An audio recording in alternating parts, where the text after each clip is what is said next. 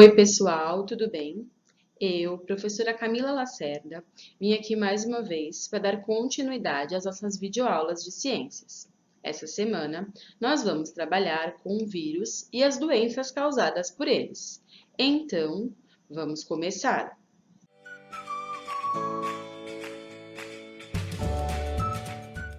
E para começar, vamos responder a esta pergunta: o que são vírus? A palavra vírus tem origem latina e significa veneno. Eles, os vírus, são micro-organismos, são menores que as estruturas celulares. Na verdade, eles são menores do que o ribossomo, uma organela celular. Eles não têm célula, são acelulares e, por isso, muitos pesquisadores não classificam eles como seres vivos. Eles são causadores de muitas doenças e precisam obrigatoriamente estar dentro de uma célula para dar continuidade à sua vida. Portanto, eles são parasitas intracelulares obrigatórios. Bom, pessoal, eu trouxe uma imagem para que a gente entenda como funciona a estrutura de um vírus. Nem todos os vírus vão ter esta mesma forma, mas vão ter as mesmas estruturas. Então, a gente tem material genético, e por ter material genético, alguns pesquisadores classificam os vírus como ser vivo, pois se ele apresenta material genético, ele sofre evoluções e então ele é um ser vivo.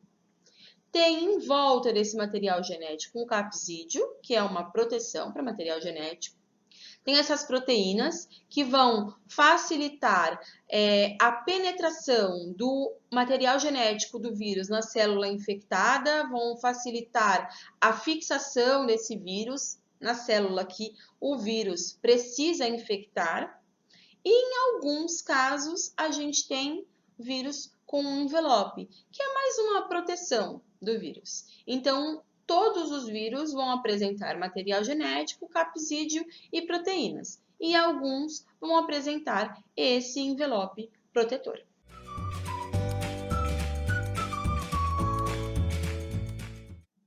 E como eu falei para vocês, aquela imagem era uma estrutura de um tipo de vírus, mas aqui a gente tem várias formas diferentes de vírus. Vocês podem ver que dependendo do tipo da doença que ele causa, ele vai ter uma estrutura diferente. Então, a gente tem o vírus do HIV, da hepatite, do ebola, o bacteriófago, que é um vírus que infecta bactérias, da raiva, da herpes, o rotavírus, a influenza, que transmite a gripe, papilomavírus do HPV, adenovírus, e cada um deles, se vocês observarem bem, tem uma estrutura diferente, uma forma diferente. As cores, gente, nem sempre são reais. A maioria das vezes são cores fantasias para que a gente consiga visualizar de uma melhor maneira esse vírus. Até porque o vírus ele só pode ser observado no microscópio eletrônico. Ele nunca vai ser visto a olho nu. Então, aqui eu trouxe uma imagem que mostra algumas estruturas de alguns tipos de vírus. Não existem só essas, existem muitas estruturas diferentes e aqui eu só trouxe algumas para exemplificar. E agora a gente vai ver uma animação. Nessa animação é possível ver o bacteriófago infectando uma bactéria. Como funciona essa infestação? O bacteriófago vem, se fixa na bactéria, injeta o seu material genético dentro dela. O material genético do bacteriófago vai se juntar com o material genético da bactéria e vai fazer com que o material genético da bactéria trabalhe a seu favor. Como assim? A partir do momento que o material genético da bactéria começa a controlar a célula vai fazer exatamente aquilo que ele quer. A célula, no caso, é a bactéria. Então, ela vai começar a replicar, a produzir novos vírus bacteriófagos, até que chega um momento que essa célula se rompe e esses novos vírus são liberados no ambiente e começam a fazer a mesma coisa que esse primeiro bacteriófago fez com essa célula da bactéria, começam a fazer com outras células. Isso também acontece, gente, em alguns vírus que nos infectam. No caso, o vírus estaria infectando uma célula do nosso corpo, estaria fazendo esse papel, fazendo com que o material genético dessa célula trabalhasse em seu favor, produzisse novos exemplares de vírus, e aí quando essa célula se rompesse, o meu corpo também ganharia outros vírus que também fariam a mesma coisa em outras células.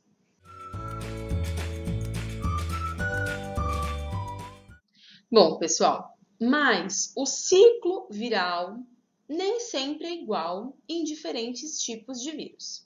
Existem dois ciclos virais diferentes, o ciclo lítico e o lisogênico.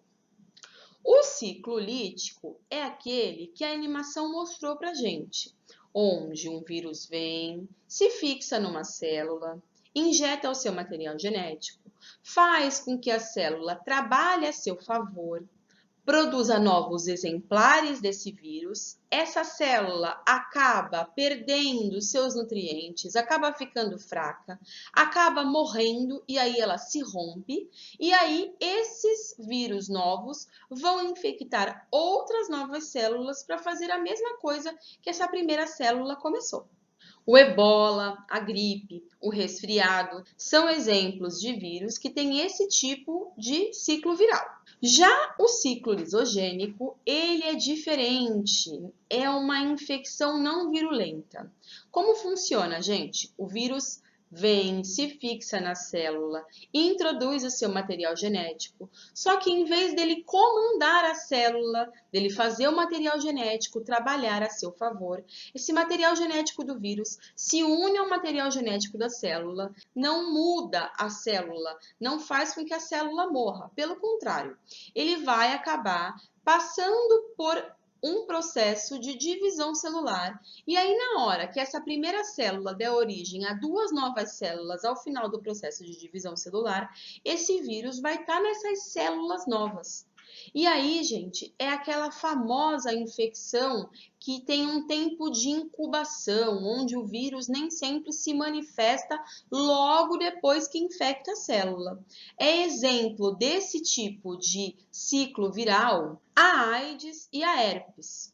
Mais para frente a gente vai falar um pouquinho mais sobre essas duas doenças, tá? Então, no ciclo lítico, o vírus infecta a célula, faz a célula trabalhar a seu favor e mata a célula. No ciclo lisogênico, ele infecta a célula, ele se mistura ao material genético dele, se mistura com o material genético da célula, ele não mata a célula, mas a partir desse momento ele começa a produzir células com vírus que vão produzir outras células com vírus e vão começar a infestar todo o organismo. E agora a gente vai falar de algumas doenças causadas por vírus. Não tem como a gente falar sobre todas, mas algumas a gente vai falar. Algumas existem tratamentos, algumas não existem tratamentos, e a gente vai falar um pouquinho da diferença entre elas. E para a gente começar, eu trouxe duas doenças que são transmitidas por vírus diferentes. A gripe e o resfriado. Elas têm a contaminação semelhante pelo ar, né? Através de compartilhamento de objetos. Os sintomas, no caso do resfriado, são mais amenos, né? A gente tem mais na parte nasal e da garganta, um incômodo. Quase nunca tem febre, mas tem febre. É uma febre mais baixa, tá? Enquanto a gripe tem dor de cabeça, tem dor de garganta, nariz congestionado e até mesmo coriza, febres altas, mal-estar, dor no corpo, dor muscular. O resfriado ele tem uma duração menor, até uns 4 dias, enquanto a gripe tem uma duração maior, passando de uma semana. O tratamento dos dois é o mesmo, gente. É repouso, reposição de líquido, descansar. Só que diferente do resfriado, a gripe, ela existe vacina. O resfriado não. Então, todo ano tem a campanha de vacinação de prevenção da gripe. Essa vacinação é feita de acordo com os grupos de risco, idosos, gestantes, crianças pequenas que acabaram de nascer e pessoas que trabalham na saúde, na segurança, na educação e até mesmo aquelas pessoas que têm alguns problemas respiratórios também são vacinados contra a gripe.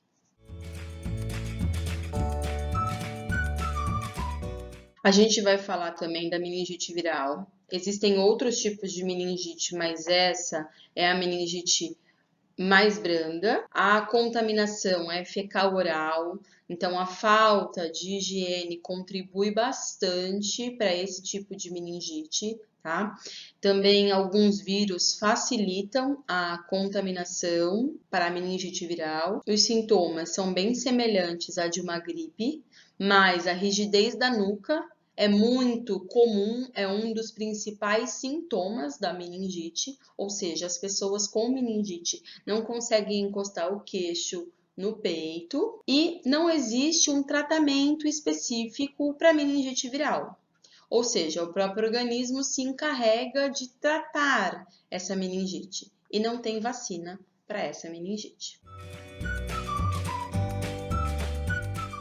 Nós vamos falar sobre a cachumba, a sua contaminação através de gotículas aéreas, mas também o compartilhamento de alguns objetos pode transmitir, é mais raro, mas pode transmitir. Os sintomas são aumento das glândulas paratireoides, que são glândulas que produzem saliva, submandibulares ou sublinguais, que são aquelas perto do ouvido. Pode ter aumento das glândulas salivares, febre, em alguns casos pode ter infecção dos testículos ou do tecido mamário, mas normalmente não existem sequelas. O tratamento, gente, normalmente o organismo se encarrega de tratar essa doença, mas a prevenção é a vacina.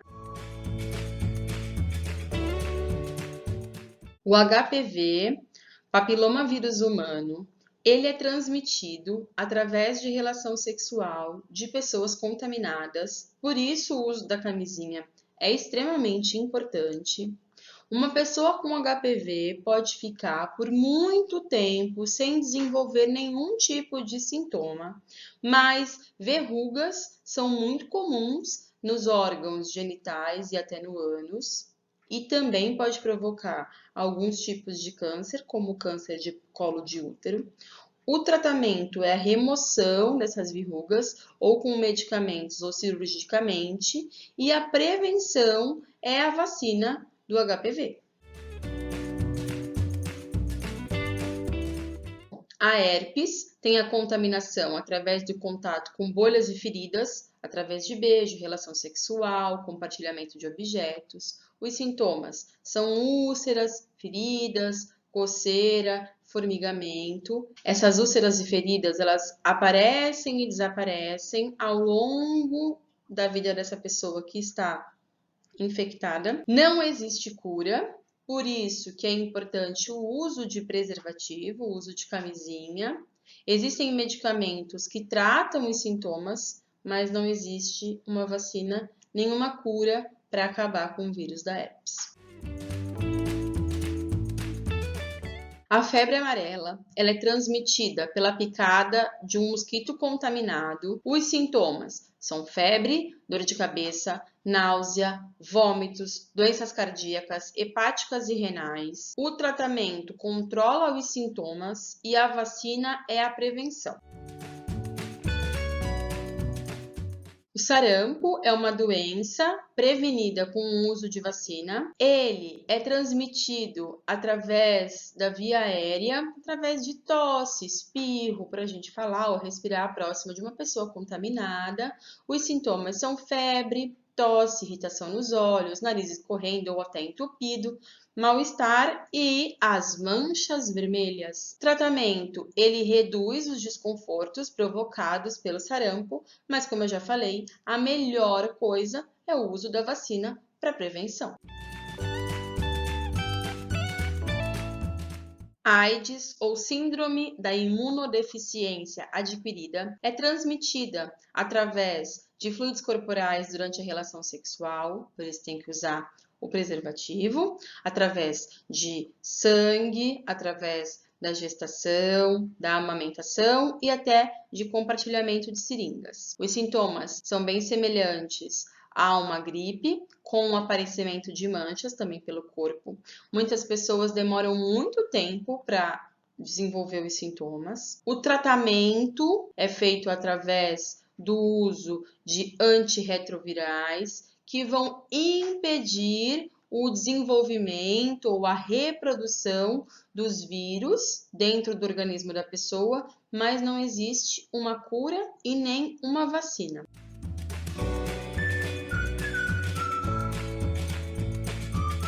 E chegamos ao final de mais uma videoaula. Agora é com você. Acesse o blog da Secretaria de Educação de São Vicente. Lá você vai encontrar a atividade 47 e a atividade 48 referente a essa videoaula. Eu conto com você e até a nossa próxima aula.